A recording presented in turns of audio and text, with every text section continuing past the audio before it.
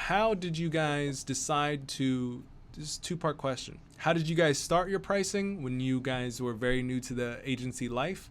And when did you decide it was okay to ramp up? Like, what was your decision making behind that? So, how did you start pricing, and when did you decide to ramp up? So pricing is, I think, the most difficult piece, right? Determining what your skills are worth. So I think in the beginning we were kind of all over the place with pricing, Yeah. and I think it's still something. I mean, we have our set standard pricing now, but it's still something that we kind of struggle with. And it's like, is this the right price? But I don't know. This is a really difficult one. Maybe Ari, you have some more insight on this.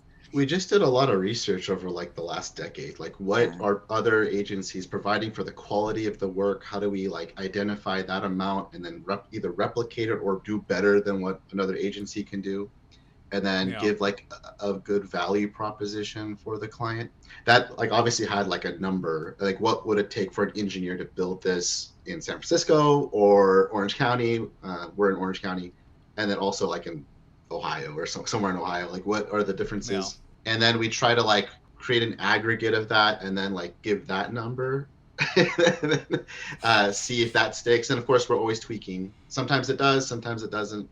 And then over the years, as we've just been getting busier and busier, now we just like, okay, I know this is going to take this long. I've seen this before. I've done this 10 times in a row in the last month. So I know it's going to cost this much. The last client, it was this much. So it's going to be this much because you're asking for basically the same thing, same e-commerce store, same like loadout. So yeah, like now we have like a more set number that we do kind of tweak, every now and again. But of course, Yeah. every year with inflation and cost of living, and also making sure that we give everyone who works with us a living wage, something that they are able to survive on and not have to sit there and have ramen. We don't do that. We're an American enterprise. We're a small business, but we want to make sure everybody is taken care of who works with us.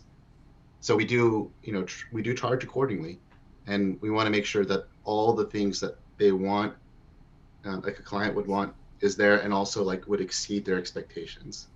So that's really how we're kind of deciding it. Just look at what's available now, do your research, compare, and then see if you can do better, but also keep the same price that the other agencies are providing.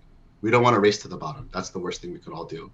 Yeah. You Us, have to us think rich about partners. the value that you're bringing to your client. Like that's super important. And then also think about your time. Like how much time is it going to take you to build whatever you're building for that client? Make sure that your time is covered and that your value is covered, and just really think about those two They're going things. to want revisions, so make Yeah. sure we account for that. So to kind of cap that, do you guys do project based or like hourly, or how do you guys do your yeah, how do you guys do your contracts? Do you guys say here's my fixed price? You guys are going to pay 25%, 25, 50? How do you guys, and we don't have to dive into this, but out Yeah. of curiosity, just like the top of that question is, do you guys do hourly or project based? So we usually do project base, and we take 50% up front and then 50% upon completion. We don't transfer Mm. any of our work until final payment is made. I think that was a mistake that we had done in the past, where we're working on somebody's site within their account and then they just kind of fall off the face of the earth, and you've Oof, Yeah. it's the you've worst. you've completed everything. So that was something that now we do not transfer anything over until final payment is made. We also offer maintenance plans for our clients, which are hourly based, and Mm. those we do charge hourly. So most of our clients like to stick with us after the fact, which is really great. And they'll jump on a maintenance plan, and then at that point, they're not being charged based on project; they're being charged based on time worked.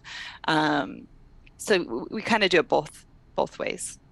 They also get a I little bit love of a that. discount, Yeah. so it's Yeah, it's nice yeah, in that regard. I really like the fact that you guys basically you have the project, but you also have a lump sum of hours that your clients can basically retain you to right. help them keep their project going. I think that's really smart, rather than kind of like you get those are your two products rather than kind of having to couple them. You're just like, here are two options. Start off with working with us in this way, and then if you want us to be your team to help maintain that, here you go. I think that's excellent.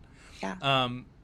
The last, there's something I wanted to say and really just reiterate. You guys said something in terms of making sure, Laylee, I think this was you, making sure you get your value, but also I wanted to, from what you were charging, but I think it's super important where I didn't understand until a little bit later after like working with Michael Janda on how I was actually charging people, was like you need to bake in all of your if you're a single person team in the beginning, like bake in all of your personal and business expenses. Right. And that's like the ground floor of like what you should be charging in wanting to make at least monthly. And then from that ground floor, that's like your burn rate. How much is going to go out of your pocket that month? That's what at a break even you should be charging your clients, or Right. A total sum throughout the month. Now, on top of that, how much you can actually, let's say your expenses are $1,000. So, if that's what you only have to pay a month, we should be friends, and maybe I should figure out what you're doing. That would be great. Yes, because anywhere where that ground floor is between that, your expenses, and the amount of margin that you have in between what you are potentially able to charge a client. For example, if you have $1,000 in expenses and, maybe you're able to charge $6,000 for a website. The difference between that $6,000 and your expenses is $5,000. So that's, I don't know what the percentage of that is, but that's, what is it, $5,000 in profit a month. Obviously, you can deal with that. It's the same thing works with bigger numbers. I'm just using smaller Right. numbers so my brain can deal with it for our live conversation here. Public math is not my thing. But the main thing I'm trying to get to everybody here is like bake in your expenses. Like those should be a part of your Right. pricing. And then the next thing is like how much profit do you want to make? And that's how much the percentage of profit you want to make a year. Just highlighting what you both said. I hope you guys liked this episode. If you did, you can find more build from scratch website tutorials with me right here, or you can find more Editor X tips and tricks in this playlist over here. With that said, I hope to see you guys in another video. And of course, if you liked this episode and what we're doing here on this channel, don't forget to like this video and subscribe to the channel. See you in the next one.